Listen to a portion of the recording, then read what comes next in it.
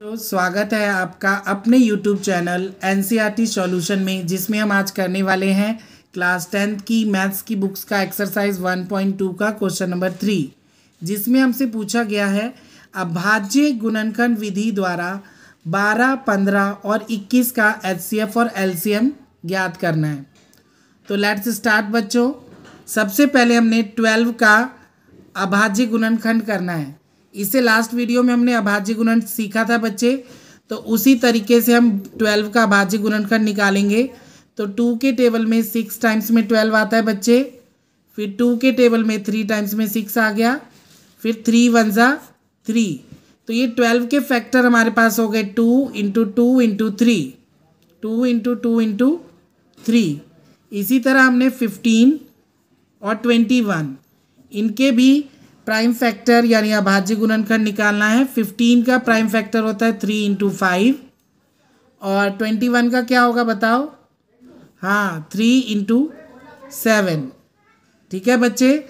अब इन सब के फैक्टर करने के बाद आपने ये देखना है कि आपने जो भी फैक्टर किए हैं वो सभी प्राइम नंबर होने चाहिए। यदि वो सभी नंबर प्राइम नंबर नहीं है, अभाज्य संख्या नहीं है, तो इसका मतलब ये आंसर आपका गलत भी जा सकता है। अब रही HCF की बात, तो HCF का मतलब होता है बच्चे, अगर हम इसकी फुल फॉर्म की बात करें तो HCF का फुल फॉर्म होता है हाईएस्ट कॉमन फैक्टर। यानी हमने इन तीनों नंबर के फैक्टर में कौन सा नंबर कॉमन है तो वो हमारा HCF होगा। तो इन तीनों फैक्टर में 3 कॉमन है बच्चे, तो 3 हमारा HCF आ जाएगा। अब LCM निकालते हैं बच्चे। LCM के लिए सबसे पहले जो हमारा HCF निकला है उसे लेंगे मल्टीप्लाई। फर्स्ट फैक्टर में जो चीज़ें कॉमन नहीं रही हैं, जो नंबर कॉमन नहीं रहे हैं, जैसे 2 और 2 कॉमन नहीं थे तो उनको हम मल्टीप्लाई में लेंगे। इसी तरह 15 के फैक्टर में 5 कॉमन नहीं था तो वो मल्टीप्लाई में लेंगे, और इस वाली लाइन में 7 कॉमन नहीं था तो 7 हम यहाँ लेंगे। उसके बाद हमने इन सब को मल्टीप्लाई करना है। 3 को 2 से किया 6, 6 को 2 से किया 12, 12 को 5 से मल्टीप्लाई किया 60, और 60 को जब 7 से मल्टीप्लाई करेंगे तो 420 इसका आंसर आता है। आओ बच्चों, अब हम इसी क्वेश्चन का सेकंड पार्ट करते हैं ताकि आपको ये क्वेश्चन अच्छी तरह आ जाए। इस क्वेश्चन में हमसे पूछा गया है कि अभाज्य गुणनखंड विधि द्वारा 17, 23 और 29 का HCF और LCM हमें निकालना है। तो निकालते हैं बच्चे।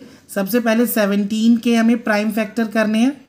तो 17 एक खुद ही प्राइम नंबर है बच्चे, तो इसका कोई फैक्टर नहीं होगा, तो 17 का 17 ही रखा जाएगा। अब नंबर लेते हैं। सेकंड नंबर क्या हमारा 23।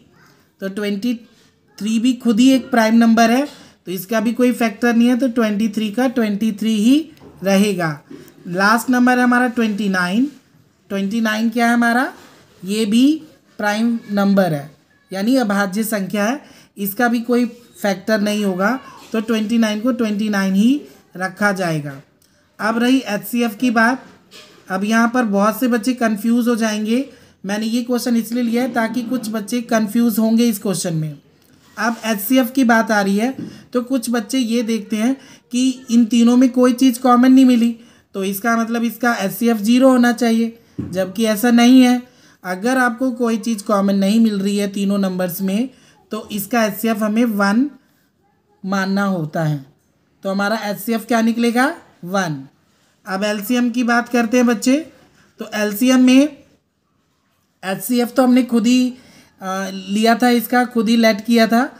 तो LCM में कोई भी चीज़ हमारी कॉमन नहीं थी, तो वो तीनों नंबर 17 का 17, 23 का 23 और 29 का 29, ये तीनों नंबर्स हमें लेने हैं और फिर हमने इनको मल्टीप्लाई करना है। 17 को 23 से मल्टीप्लाई करना है।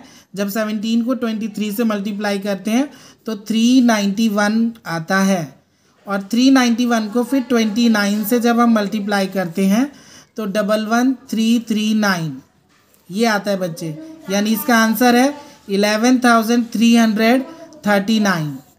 अगर आपको मेरा वीडियो अच्छा लगा हो तो लाइक करें, शेयर करें, बेल आइकन को दबाएं और सब्सक्राइब करें।